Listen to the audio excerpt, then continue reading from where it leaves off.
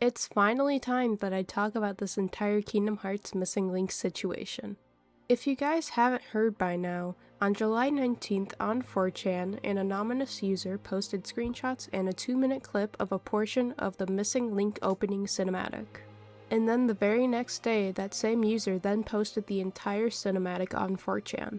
Surprisingly, Square Enix hasn't taken down any of the leaked videos yet or addressed the situation, and I'm writing this script. It's been over a week and a half since it all went down and we still have nothing from Square Enix. But the cinematic itself is very interesting and shows us just how off the walls Nomura has gotten with this new era we're going into of Kingdom Hearts.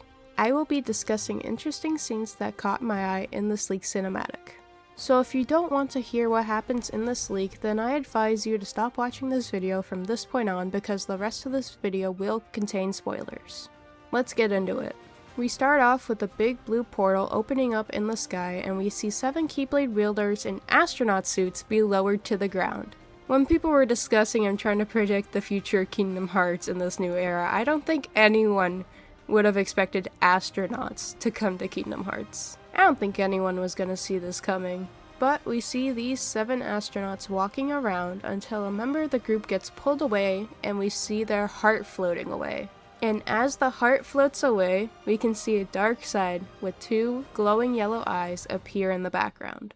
We then get to see the remaining 6 wielders fight the dark side, a few of them even dying during the fight, and we see their hearts being released as well. When one wielder defeated the dark side with its final blow, we see the dark side withering away, and the darkness and the fog in the background withers away with it, and we see the 2 astronauts going into Quadratum. It is insane. If you were on Twitter that day when half of the cinematic was released, you would know just how insane this ending little portion of the leak was. So many theories came up as to how this happened. It was a lot of discussion going on from that little segment at the end. This is where ultimately the first leak ended, with the leaker then releasing the entire cinematic the next day. But just this first half of the cinematic alone was insane. Seeing a Darkseid be that powerful to kill at least 3 Keyblade wielders of a 7-wielder team has never been seen before in Kingdom Hearts. We see multiple instances where Sora can defeat a Darkseid all on its own. We first see it in Kingdom Hearts 1 and going from like pretty much almost every game onwards. So it's insane to see a Darkseid that overkilled to be able to kill off members of a big team like that.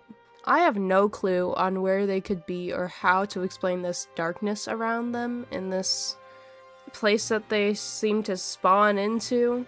Maybe Quadratum somehow felt the darkness or something, I don't know. It's been a while since I played the mobile games or refreshed myself on everything in them. Maybe it's somehow connected to those, something in there. Some little piece of dialogue, who knows, Nomura is going crazy or something. But now I am going to discuss the second half of this leak that released the next day that I was talking about, and we start off with the astronauts that were in Quadratum where it originally ended in the first leak. The second half of this leak starts off with the astronauts just kind of looking around their environment, being like, okay, we're kind of here all of a sudden, I'm assuming. And the camera starts to pan up slowly and look more towards the sky and the tall buildings, and then the screen just goes black. The scene then lightens up a bit and we see a bunch of scientists of Scala and doors opening and closing as people are walking around. And of course, as this is all going on, we have the Missing Links version of Dearly Beloved playing. Rest in peace, the best version of Dearly Beloved. I will always miss you, Missing Link, Dearly Beloved. It's absolutely peak, and I wish they repurposed it in the future somehow. It would be so good. We learn a bit from the narrator's dialogue that this is the 3rd generation of Scala that we are currently in, so it's probably been a bit since Ephemer's time, presumably. We see a scientist maybe leave a room with an envelope or a letter in his hand, and he walks into this big open room filled with a bunch of different people with big column and chandeliers even.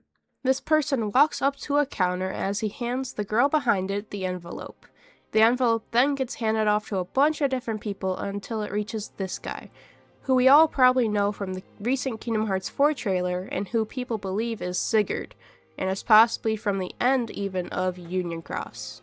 This character who opens the letter, but it is quickly cut away to Brain, who is on a balcony in Scala. He then looks at the camera, and the camera pans to the sky as the Missing Link logo appears. This half of the cinematic is full of mystery that we currently do not know yet, and I don't think we'll know for quite a bit, since Missing Link was supposed to connect everything together from the Age of Fairy Tales to BBS and connect it all together, and we were supposed to learn a lot of new lore and a lot of new characters and their fates and everything, but now that it's been cancelled, we're not going to presumably know about it for a while. But one thing I will say is we finally have somewhat of an idea of how long Brain jumped forward in time from the end of Union Cross, with it being revealed that this version of Scala is housing the third generation that he came into. Because at the end of Union Cross in the finale, we never learned, I'm pretty sure, how long Scala's been a thing when Brain came into the picture. We don't know how long Ephemer's presumably been dead for, because we can see the statue and everything in that finale of Union Cross. So at least something's answered with this leak, I guess. I don't know. It might not even be a thing in the future since they did cancel this game, but at least we got something, I guess. And this cinematic shows off just how far this game was. The dearly beloved song that plays, how good the cinematics look, down to the voice acting and the narration being done. I truly hope that this era of Kingdom Hearts time isn't completely lost. Hopefully in the future it gets reused in either Kingdom Hearts 4 or in its own HD cinematic like Kingdom Hearts back cover was, because it would be such a shame for all this work just to be wasted and to never see the light of day. I also wanted to throw this bit of information into this video, but I never figured out where I can place this properly, so I'm just going to place it here towards the end. The same day that this second half of the cinematic was leaked onto 4chan, the same user said, "Should I post the secret ending?" And it turned out to be something that they didn't actually have, and they just posted a rickroll onto 4chan with a YouTube link. But yeah, that was what was shown in the Kingdom Hearts Missing Link leaked opening cinematic. Thank you guys so much for waiting for this video, and I'm so sorry for this take forever for me to be able to make and release. All of this went down just 2 days after I injured my hand pretty badly, and I was still in a lot of pain. So I've been focusing on just trying to get better and everything. But thank you guys for being so patient, and thank you guys for watching this far in the video. Let me know your thoughts and opinions on the leak and the situation in the comments down below. I'd love to hear your guys' thoughts and opinions on this. If you like this video, please be sure to like and subscribe so that you'll get notified of when I upload another Kingdom Hearts video in the future. And thank you guys so much for watching, and I hope you guys have a great day.